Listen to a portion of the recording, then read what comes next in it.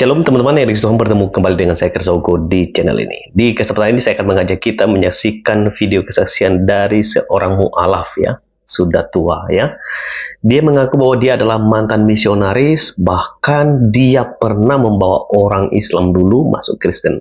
Itu jumlahnya kira-kira 60 orang. Kita akan mendengarkan ulasannya. Kali ini teman saya Luis Prasetyo akan memberikan reaksi. Mari kita simak videonya. Kali ini saya akan meluruskan omongan, statement, dan menganalisa apa yang dikatakan oleh seorang ibu-ibu yang sudah mualaf. Kita akan lihat ada beberapa ketidakkonsistenan dalam kesaksiannya. Makanya kita harus teliti supaya hal ini tidak menipu banyak orang, tidak menyesatkan banyak orang, sehingga orang berpikir ternyata oh ibu ini benar-benar mualaf yang oke karena mantan misionaris atau mantan pastor atau mantan pendeta. Kita langsung aja nonton videonya. Sudah saya temukan jalan yang lurus itu, semoga saya selalu istiqomah dan mungkin saya tidak sepinter Bapak Rasid ya. Ya, itulah kesaksian dari ibu ini. Tetapi menurut saya Buning mungkin Buning ini temannya Bu Tejo mungkin ya. Nggak, Buning dia kalau menurut saya sih mualaf tapi ngibul lagi guys. Ada beberapa kibulannya yang kita mesti teliti dengan cermat. Saya menyimpulkan beberapa hal dari statementnya. Yang pertama, katanya sudah mengkristenkan hampir 60 orang. Jadi ketika dia dulu misionaris, dia membuat orang yang dulunya Islam menjadi Kristen hampir 60 orang. Tapi ya kita nggak tahu benar apa nggak. Perjalanan saya tidak seperti seberat itu. Tapi saya mungkin orang yang gimana ya, maaf ya, saya boleh bisa ini, saya sudah mengkristenkan orang tua hampir 60. Yang kedua, katanya mantan misionaris. Dan saya waktu itu saya punya tugas dari misionaris itu pendeta yang menyelamatkan orang ya. Kalau kita kan menyelamatkan manusia gitu ya. Dan yang kami ambil waktu itu biasa wanita-wanita nakal, wanita-wanita malam, terus orang-orang yang di pinggir kereta api, orang-orang yang di kolong jembatan, orang-orang yang di pinggir kali Ciliwung. Ya kita tahulah bagaimana banyak banget yang ngaku katanya mantan misionaris, mantan pastor, mantan pendeta, dan mantan-mantan yang lainnya. Tetapi kadang-kadang kebanyakan dari mualaf itu yang ngaku mantan ini, mantan yang wow katanya misionaris, pendeta, dan lain-lain. Sebenarnya kalau kita teliti nggak bener gitu. Nah kita akan cek nantinya. Yang ketiga, katanya mengambil wanita nakal, wanita malam, orang terlantar, dan ini dijadikan orang Kristen begitu. Sebenarnya kalau dari poin 1, 2, 3 ini nggak masalah sih. Bagus lah kalau dibilang ya. Berguna lah kalau emang ini bener ya, mantap lah. Tapi kan kita nggak tahu ini bener apa nggak. Dan hal yang mulai janggal kita akan lihat bagaimana di poin keempat dia ngaku dari Katolik ya. Perhatikan baik-baik, beliau mengaku beliau adalah orang Katolik. Ketika Ustadz Moko Ginta almarhum menanyai beliau mengatakan dari Katolik. Dari gereja apa aktifnya? Saya dari Katolik. Saya TK, SD, SMP, SMA saya Katolik. Ya, terus? Kemudian saya ke perguruan tinggi. Yang kelima TK, SD, SMP, SMA Katolik. Yang keenam masuk perguruan tinggi, kemudian menikah, lalu masuk seminari. Dari gereja apa aktifnya? Saya dari Katolik. Saya TK, SD, SMP, SMA saya Katolik. Ya, terus? Kemudian saya ke perguruan tinggi, saya menikah. Terus setelah itu saya masuk seminari Pak. Kalau teman-teman tahu ini sudah mulai aneh. Sudah menikah kok masuk seminari. Nanti kita akan cek lebih dalam lagi bagian ini dan poin ini guys. Nah kemudian selain di seminari dia STT teologi di Oksi katanya. Nggak tahu Oksi ini apa, mungkin air oksi ya, air oksigen gitu. Lanjut ya. Kemudian jadi pendeta penginjil. Dan yang paling lucu adalah nggak perlu dibahas secara detail. Ya nggak tahu kenapa alasannya. Saya kuliah di seminari, selesai STT teologi ya di Oksi. Di Oksi? Selesai ya. Nah, jadilah pendeta penginjil, jadilah Ya seperti itulah pekerjaannya, berat-berat seperti itu. Dan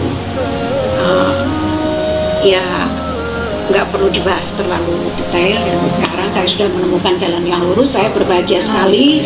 Ya, semoga saya bisa menjadi penerang bagi teman-teman yang di luar sana, bagi saudara-saudara kita yang kasihan, yang aduh sedih itu bapak-bapak kalau kita lihat nasib mereka di sana, yang aduh sedih banget gitu.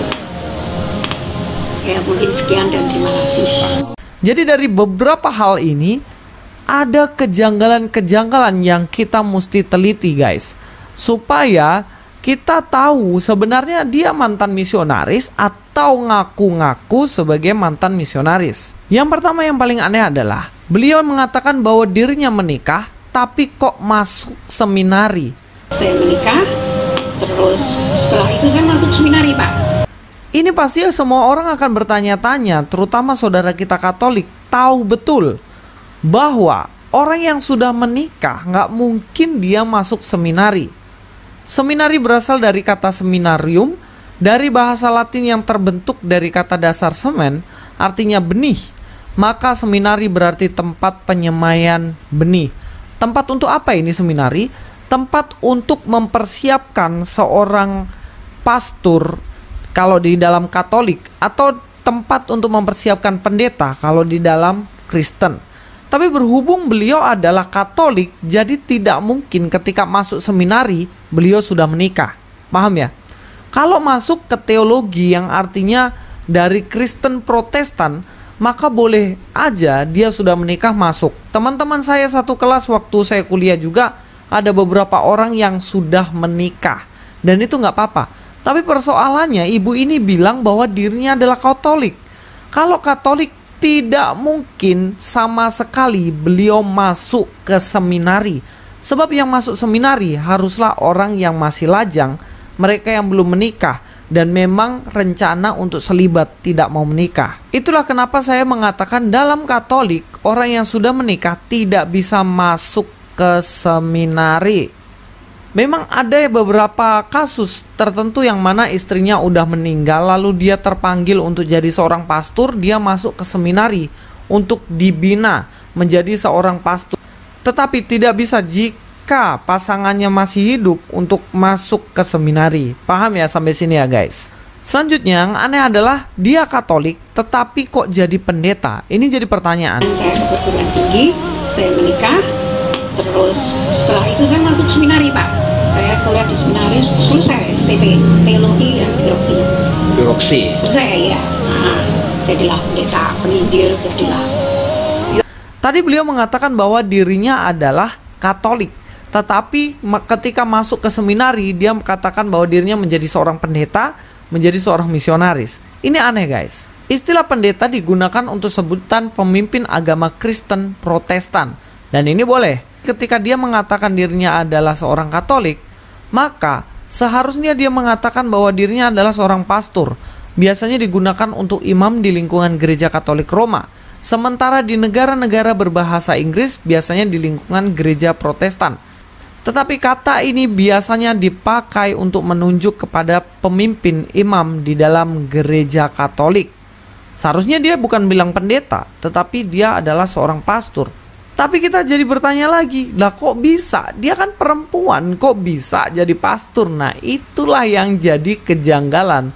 Kok bisa dia masuk ke seminari sedangkan dia perempuan?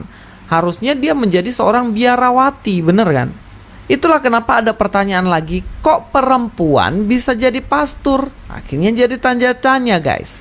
Semua orang yang dibaptis sebetulnya baik pria maupun wanita dipanggil untuk menjadi imam, nabi, dan raja.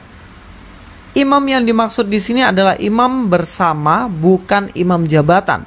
Imam jabatan adalah pastor, hanyalah untuk pria yang menerima tahbisan suci. Jadi nggak masuk akal dan tidak mungkin ibu itu udah menikah, lalu dia masuk ke seminari, lalu jadi pastor.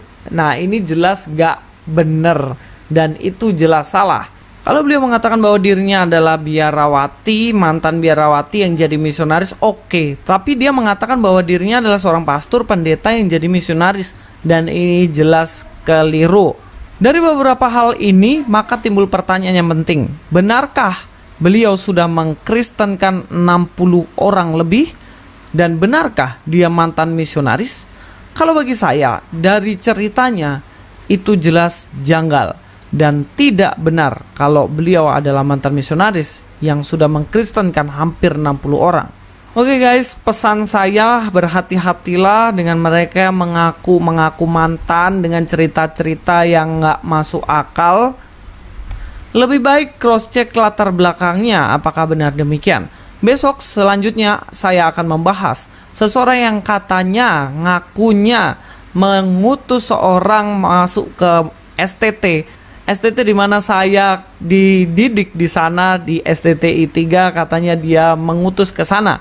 Tetapi ada beberapa kejanggalan yang beliau ceritakan yang kita mesti bahas supaya tidak menyesatkan banyak orang. Kiranya video ini boleh menjadi berkat, Tuhan berkati kita semua. Salam.